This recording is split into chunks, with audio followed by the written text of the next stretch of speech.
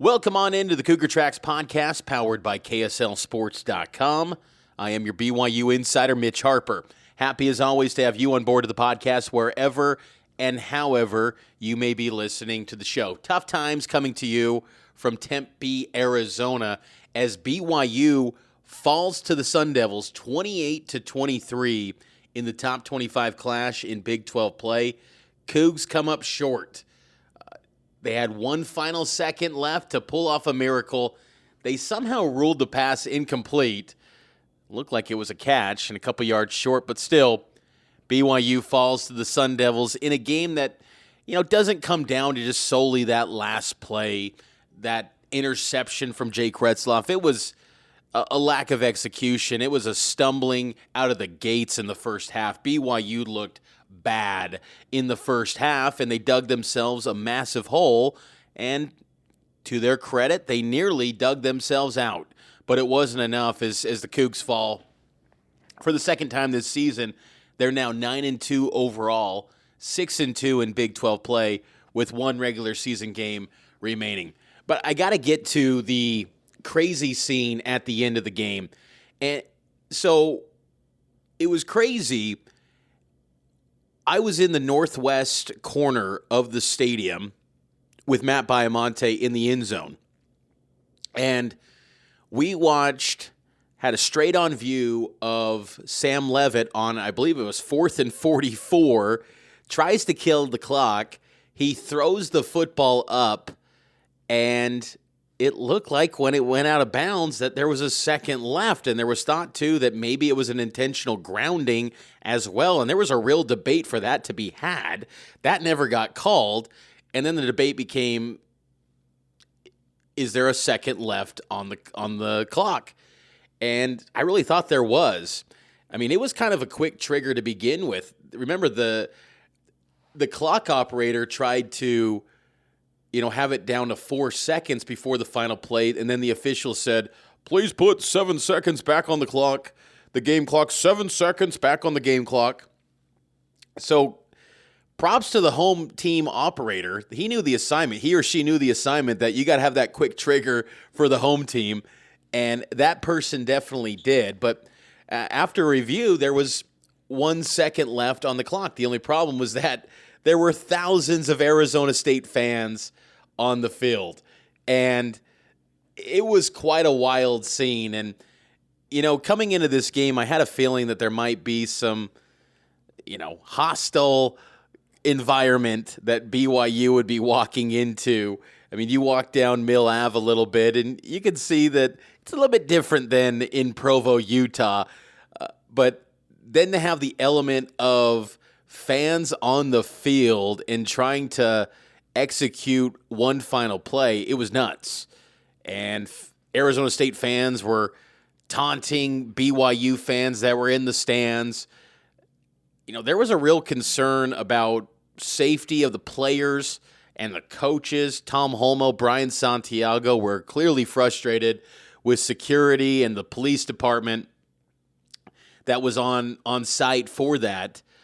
Basically just saying, we got to get our guys safe, create some sort of setup to where after this game gets over, whenever it gets over, we got to safely get this team off the field. Because in those situations with fans, a bit liquored up, intoxicated, anything can happen. I mean, I straight up saw right in front of me a fan get tackled to the ground and arrested by cops. I saw that there was a tweet on X that the fan apparently had tried to attack BYU players and coaches. I didn't see that. I just saw the very tail end of it where he's getting tackled to the ground.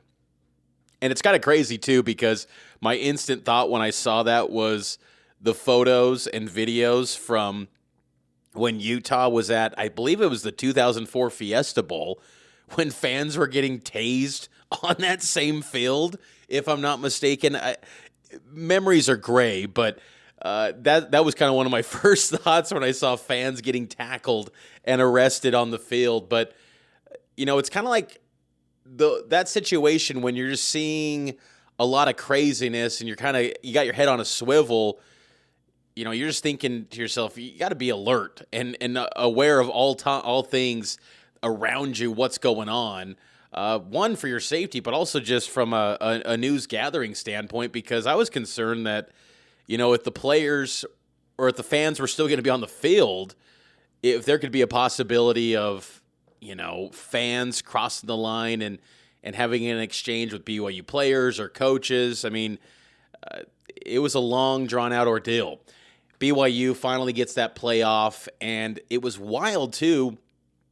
The moment that the play apparently was ruled dead, Chase Roberts said he wasn't down, and at second glance, he didn't look to be down, and it was clearly a catch to me. I can't believe that it was ruled incomplete, but ASU fans immediately go and circle him. Tom Homo goes into the fray to basically pull Roberts out of there and get him to the locker room. It was a tense deal, and BYU players, credit to them, they kept their calm, cool, collected demeanor, because there were many ASU fans that were giving them the bird, saying choice words to them. Keelan Marion got some praise. ASU fans were like, "You're a dog, man. You're a dog." But it was tense. It was an intense, high emotions too. And, over the course of a few hours, things simmer down, and I think everyone's emotions calmed down a bit. It sounded like the players, between the teams, the interaction was fine. Connor Pay spoke highly of his interactions with Arizona State players after the game, but crazy scene at the end of that game, and wild to kind of see that, because, and I bring up the fighting stuff and the possibility of that, how those situations can create some less than ideal scenarios. Think back to 2014 Miami Beach Bowl. That was between teams. That was a fight, though. 2012 Utah, where there was a premature storming of the field. Fans then, crossed the line with Bronco and darn near wanted to fight Bronco Mendenhall's suspenders guy. So it just can get a little bit ugly.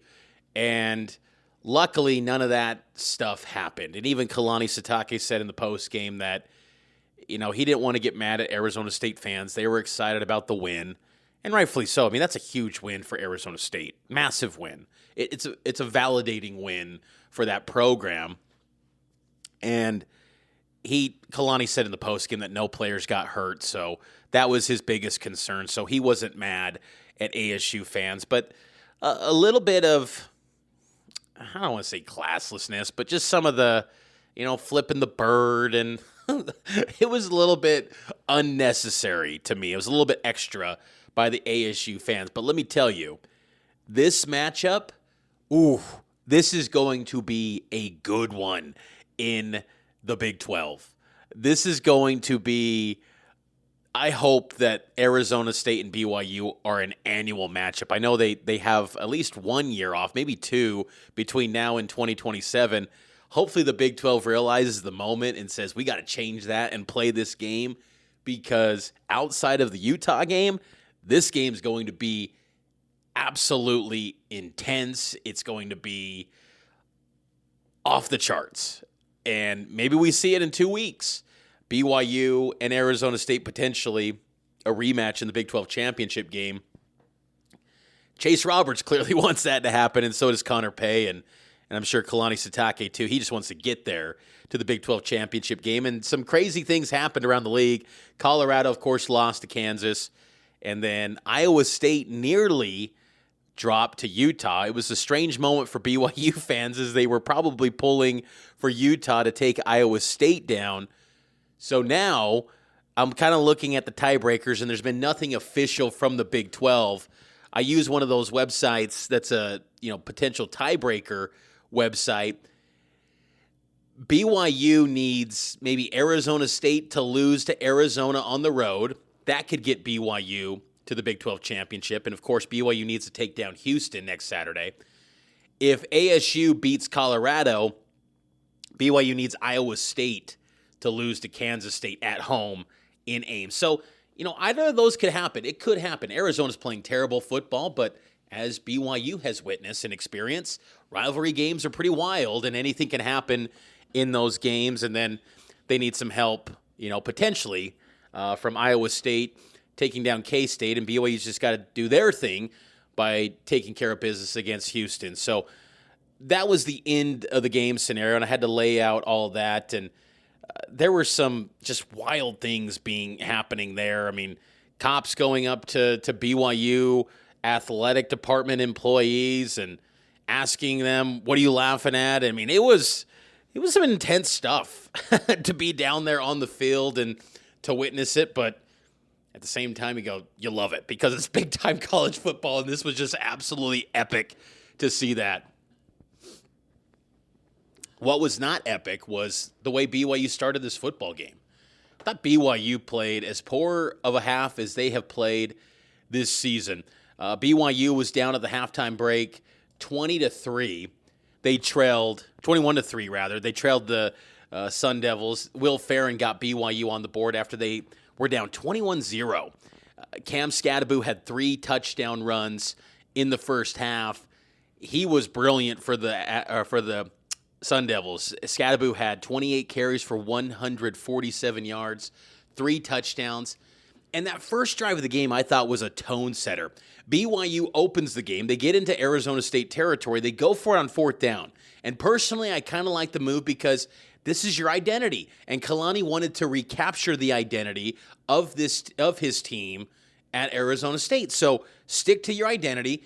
Go for it on 4th. Little aggressive, yes. I think it was 4th and 5, 4th and 6, somewhere in there. And they didn't come up with it. Okay. Arizona State takes over near midfield, but the defense has got to show up.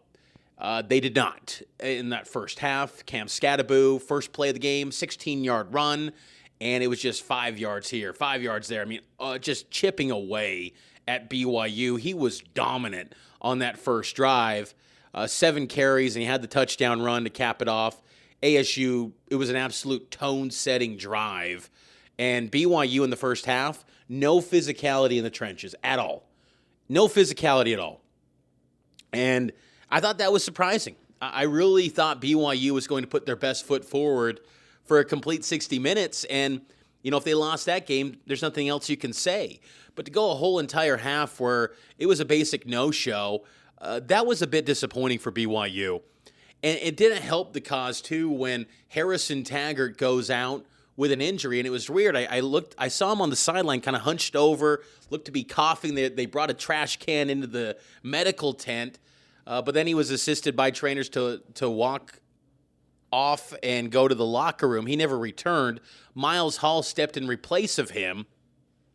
Taggart, we'll find out more coming up next week on his status, but that was a big absence without him, and BYU just lacked any sort of physicality, both sides of the ball in that first half. Arizona State's defensive front, not much was made about them generating pressure and havoc. They were getting to Jake Retzloff quite a bit in that first half, and that was a bit discouraging to see the struggles for BYU, but I just thought, too, the ground game was non-existent for BYU. And I know you got a little bit of a hole, and that can naturally create this, okay, we got to play catch up and let's go to the air. But, up to halftime, BYU, for about the whole month of November, for 10 quarters, that offense was just non-existent. And passing the football, the slowdown offense, it was not working. Nothing was working. And then you start to have, success in the second half. But that first half, the lack of a rushing game was really concerning, I thought, for BYU. And they gained some steam in that second half, but they have got to unleash L.J. Martin. They've got to give him more carries. He finished the game with 9 carries for 42 yards. I mean, that's just a light workload. And he had a big family contingent at this game. Being an El Paso native, saw a lot of his family in the pregame. They were waiting on the team bus to show up at the stadium. LJ deserves more carries. And look, if you have one play that goes for -2, don't just abandon that running game. I feel like BYU, if they have one run that goes for negative yards, it's then suddenly abandoned and they can't turn to it. No, keep sticking with it.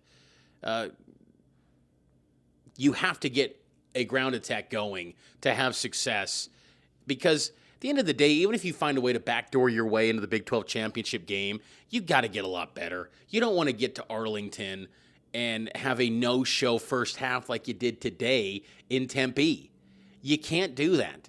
Like, it's great that there's still a path that BYU could get to that Big 12 championship game, but you have got to play a lot better. And in the second half, I thought BYU did play a lot better, particularly on the offensive side and defensively too. A lot of credit's got to be made to the defense for coming up with some stops. It didn't look like BYU was having much success. After Arizona State connected with Xavier Gilroy for that 61-yard touchdown after BYU cut the deficit to 21-9, ASU has an immediate response, goes up 28-9. You're thinking, that's going to do it. But then, BYU answers back offensively with a 21-yard touchdown pass to JoJo Phillips, 28-17, and then the BYU defense forces a punt, the first punt of the game for ASU. That was huge. And you got to give props to the defense. Over the course of the game, they did get better. And then at the end of the game, it looked like ASU had a handoff design for a back. It wasn't there. Sam Levitt takes off, fourth down. Isaiah Glasker's there. They get the stop. And then the BYU offense is moving down the field. And I'll be honest, I thought Jake Retzlaff on the offense was going to pull it off. BYU was down 28-23, and I thought, here we go again. BYU is going to pull off some 2-minute miracle once again. There was even a defensive holding call. And I'm looking at Matt Baiamonte, and I'm thinking to myself, this is happening again. BYU's going to pull it off again. Late game heroics on the road in Big 12 play. You can't draw this up any better. But then Jake Retzlaff throws a pass, and look, I was on field level, and I saw the replay on the scoreboard. Got to unpack the game in its entirety on the flight home tomorrow. But it looked like the pass kind of went past the outstretched hands of Darius Lassiter. Did Lassiter stop on the route? Watching live on field level, it looked like Lassiter slowed down and didn't go full speed completely. But Jake's got to make that throw, and it gets picked off, and looks like game over. And then ASU's their time management was kind of tinkering around with that clock. I think they just assumed they could just take quick knees and be done with it. But BYU had a timeout, and they were able to get 1 second left, and then they came up short and couldn't get it done. But wild game for BYU and Arizona State. Jordan Tyson, receiver for Arizona State, he had 9 catches for 125 yards. He was rolling in stretches during this game. For BYU, Darius Lassiter ends up with 5 catches, 103 yards. Chase Roberts, 5 catches, 59. I thought Chase had a really good game. He had some tough grabs. Lassiter had a good game too, but 10 targets, only 5 catches. You want to improve that rate. Keelan Marion was really good. 4 catches, 36 yards. A threat in the ground too. He had 5 carries for 30 yards in that one. He was BYU's second leading rusher on the day, and he ends up with 2 touchdowns on the ground. Jet sweep is the special with Keelan Marion in this BYU offense. He had 3 kick returns as well for 55 yards, including a long of 23. And Isaiah Glasker led BYU in tackles with 12 and 2 tackles for loss as well. Sam Levitt, 16-25 for 247 yards and 1 touchdown. One of the concerning things, though, for me with BYU coming out of this game, on the heels of a loss, BYU does not respond well to adversity. Once again, they have a set in the season where they got a 2-game losing streak. 4th straight year that's happened. Now, you say, only 2 games, but still 2 games in a season where you only have 12 guaranteed opportunities. 13, I understand this year, but that's a big chunk of your year. And you're growing this trend where you lose 1, well, bank on BYU then losing a second. And last year, it was 5 in a row. The year before that, it was 4 in a row. The year before that, it was 2. Now they're on a 2-game skid. I think they'll take care of business against Houston, I think. But to assume that is just, you're being naive. Because BYU, they still have moments where they look like the team that they were last year, where they couldn't do anything offensively. That was what was on display against Arizona State. And you wondered, was Arizona State kind of foot off the gas a little bit, and that created some of the success for BYU offensively? I don't necessarily subscribe to that thought, but maybe it factors in a little bit. if all things equal, and is Arizona State playing like that defensively? I don't know. But BYU's got to get a lot better. They have to be playing a complete 60 minutes if they want to get any win. Houston, Big 12 championship, bowl game, whatever it is, they got to find a way to play a complete 60 minutes because they just haven't been playing great these past couple weeks. And what's unfortunate in this spot for BYU is they validated a lot of the people that said, okay, BYU loses to Kansas, well, they're done. Season's over. It's a wrap. Well, come to find out, this Kansas team's pretty good. They knocked off Colorado. Third straight week, they get a top 25 win. Kansas is pretty good. But this narrative that was brewing on BYU was, well, they're done. And BYU validated that narrative to grow only further as they fall to Arizona State, who now controls its destiny. And they are atop the Big 12 Conference and look to be the number one team, but it sure would be interesting to see a potential rematch in the Big 12 championship game in a couple weeks in Arlington. If a few things break, BYU's way to potentially see this matchup again down in Texas. But that's going to do it for this edition of the Cougar Tracks podcast. Some post-game thoughts.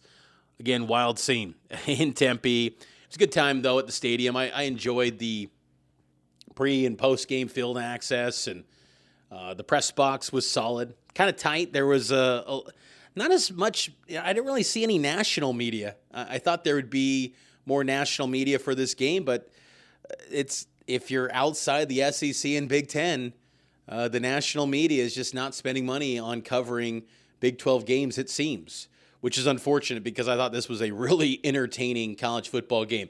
And you can say what you want about Big 12 football and it's not a Power 2 league, but I'll tell you, man, Big 12 football is an entertaining product. Week after week, down to the wire finishes.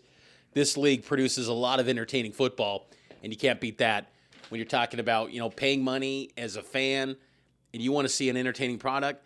Big 12 gives you that in spades. It was a really entertaining day here in Tempe. Follow me on X. Follow me on Instagram at Mitch_Harper. Download the KSL Sports app and subscribe to the show. Leave a 5-star rating and a review. It helps out the podcast a ton. I'll talk to you next time here on the Cougar Tracks podcast, and it's powered by KSLSports.com.